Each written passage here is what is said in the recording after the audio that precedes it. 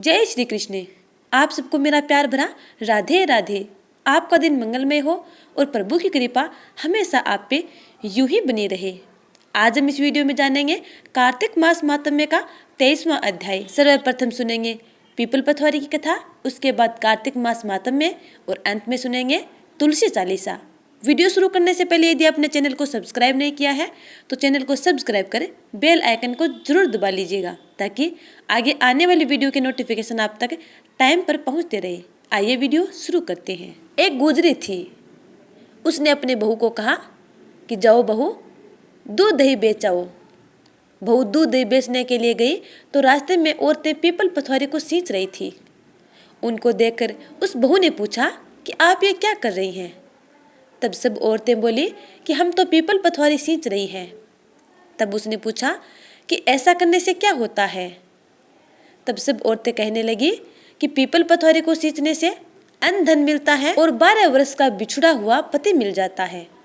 तब उस बहू ने कहा कि यदि ऐसी बात है तो आप तो पानी से सींचते हैं और मैं दूध दही से सींचूंगी।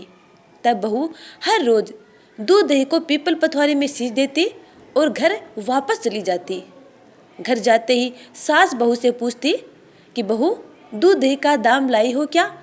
तब बहू कहती कि कार्तिक मास पूर्ण होगा तब लाकर दूंगी। कार्तिक मास पूर्ण हो गया। बहू पीपल पथवारी के धरना लेकर बैठ गई। तब पीपल पथवारी ने पूछा कि आप मेरे पास क्यों बैठी हैं? तब बहू ने कहा कि सास दूध दही के दाम मांग रही है। तब पीपल पथवारी ने कहा कि मेरे पास कौन से दाम रखे हैं? ये पत्थर, पान, डंडे ये पड़े हैं, ये ले जाओ और अपने गुल्लक में ले जाकर छोड़ देना। तब बहू ने वही पान पत्थर ले जाकर अपने गुल्लक में छोड़ दिए और डर के मारे कंबल ओढ़कर सो गई। सुबह जब सास उठी तो बहू से पूछा कि बहू, दूध दही के दाम लाई हो? तब बहू ने कहा कि माँ जी, गुल्लक में रखे हैं। तब सास ने गुल्लक खोलकर देखा तो वहां पर हीरे मोती जगमगा रहे हैं। तब सास ने बहू को बुलाया और पूछा कि बहू, इतना धन कहाँ से लेकर आई? तब बहू ने उत्तर दिया, माँ जी, मुझे यह पीपल पथवारी ने दिया, क्योंकि पूरे कार्तिक मास मैंने दूध दही से पीपल पथवारी को सींचा था। तब सास ने कहा, यदि ऐसी बात है तो अब की बार कार्तिक मास आएगा तब मैं भी पीपल पथवारी को सींचूंगी। अगली बार कार्तिक मास आया तब सास दूध दही तो बेच आती और बर्तन धोकर पीपल पथवारी में पानी डाल देती। घर आकर अपनी बहू से कहती कि बहू, तू मेरे से दूध दही के दाम मांग। तब बहू ने कहा, माँ जी, कभी बहू भी सास से दूध दही के दाम मांगती है क्या? तब सास ने कहा, नहीं, तू मांग। तब बहू ने कहा, सासू जी, लाओ दूध दही के दाम दो। तब सास ने कहा कि कार्तिक का मास पूर्ण होगा तब दूंगी। कार्तिक का मास पूर्ण हो गया। सासू पीपल पथवारी के धरना लेकर बैठ गई। पीपल पथवारी ने उसे भी पान पत्ते पत्थर दे दिए और वे ले जाकर गुल्लक में रख दिए। सुबह जब बहू उठी तो गुल्लक खोलकर देखा तो उसमें कीड़े मकोड़े चल रहे हैं। तब बहू ने सास को आवाज लगाई, माँ जी, ये क्या? तब सास ने आकर देखा तो सच में वहां पर कीड़े मकोड़े चल रहे हैं। तब सास ने कहा कि पीपल पथवारी तो दोगली पीटी है, जिसने तुझे तो धन दिया और मुझे कीड़े मकोड़े दिए। तब सब कोई कहने लगे कि बहू तो सत की भूखी सींची थी और सासू धन की भूखी। हे पीपल पथवारी माता, जैसे आपने बहू की मन इच्छा पूर्ण की, वैसे ही अपने सब भक्तजनों की मन इच्छा पूर्ण करना। जैसा सासू के साथ किया वैसा किसी के साथ मत करना। अब श्रवण पान करते हैं कार्तिक मास महात्म्य का 23वां अध्याय। कार्तिक मास की कथा सुनकर सब ऋषि कहने लगे, हे सूत जी, भगवान के चरणों से उत्पन्न हुई गंगा जी की महिमा कहिए। तब सूत जी ने कहा, हे ऋषियों, जो कुछ नारद जी ने राजा पृथु से कहा वही मैं तुमको सुनाता हूँ। इत्यादि सब देवताओं को उत्पन्न करने वाले कश्यप जी की 2 पत्नियां थी। एक अदिति जिसके पुत्र देवता कहलाए तथा दूसरी दिति जिसके पुत्र दैत्य कहलाए। देवता तथा दैत्यों का नित्य ही कलह रहा करता था, यानी हर रोज वे झगड़ा करते थे। उस समय विरोचन का पुत्र अर्थात प्रहलाद का पुत्र राजा बलि दैत्यों का राजा बना। उसकी सेना अत्यंत विशाल थी। उसने समस्त पृथ्वी को जीतकर स्वर्ग का राज्य प्राप्त करने के लिए देवताओं पर चढ़ाई की।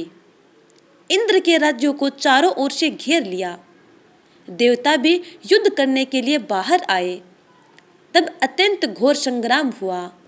एक दूसरे पर प्रहार करते हुए कई वर्ष बीत गए। इसके पश्चात दैत्यों को बल बढ़ते हुए देखकर देवता मैदान छोड़कर भागने लगे। तत्पश्चात दैत्यों ने सारे स्वर्ग पर अपना अधिकार जमा लिया। बलि स्वयं इंद्र के आसन पर बैठने लगा। साथ ही देवताओं के समस्त कार्य अपने राक्षसों के अधीन कर दिए। यज्ञ की बलि भी आप ही लेने लगे। तब अदिति अपने पुत्रों को दुखी देखकर बहुत चिंतित हुई।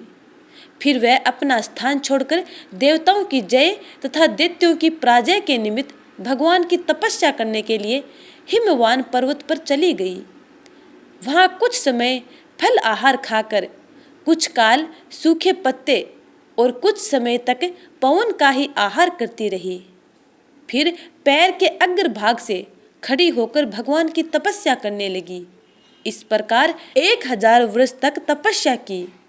मायावी राक्षसी अदिति की घोर तपस्या से चिंतित होकर राक्षसी माया से देवताओं का रूप धारण कर अदिति के पास जाकर कहने लगे कि हे माता, तुम हमारे लिए इतना घोर तप क्यों कर रही हो? आत्मघात करना सब शास्त्रों में पाप बताया है।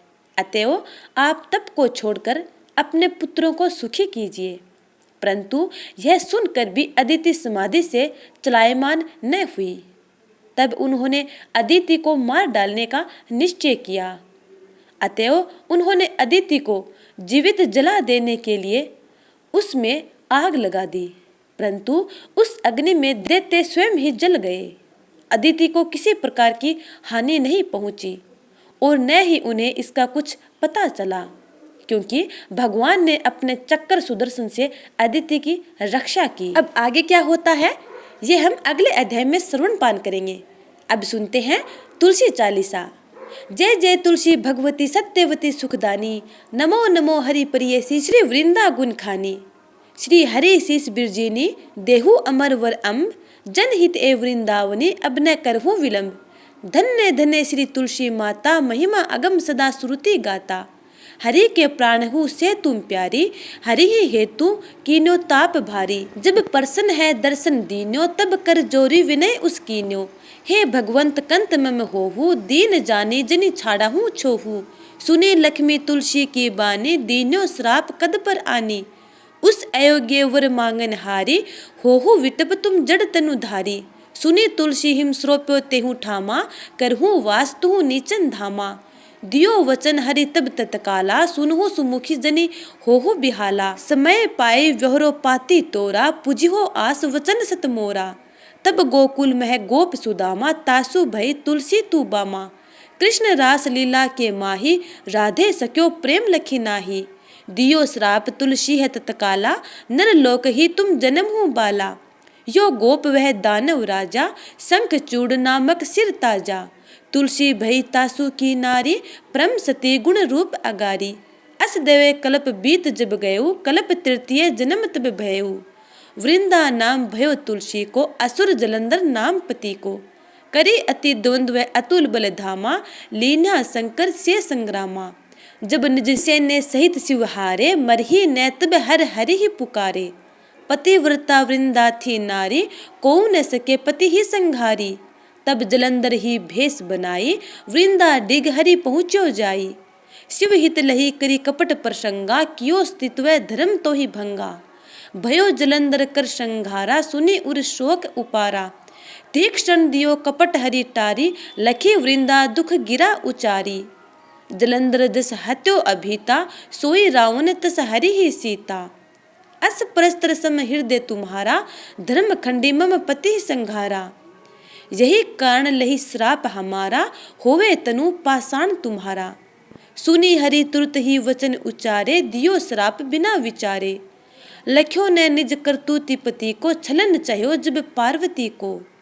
जड़मती तुहु अस हो जड़ रूपा, जग में तुलसी विटप अनूपा। धग वै रूप हम साली ग्रामा, नदी गंड की बीच ललामा। जो तुलसी दल हम ही चढ़ई है, सब सुख भोगी परम पद पई है।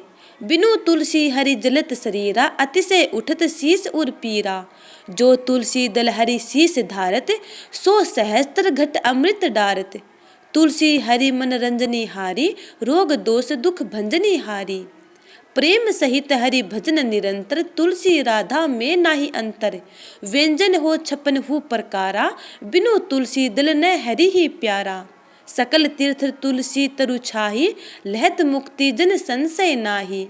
कवि सुंदर इक हरि गुण गावत, तुलसी ही निकट सहस गुण पावत। बसत निकट दुर्वासा धामा, जो प्रयास ते पूर्व ललामा।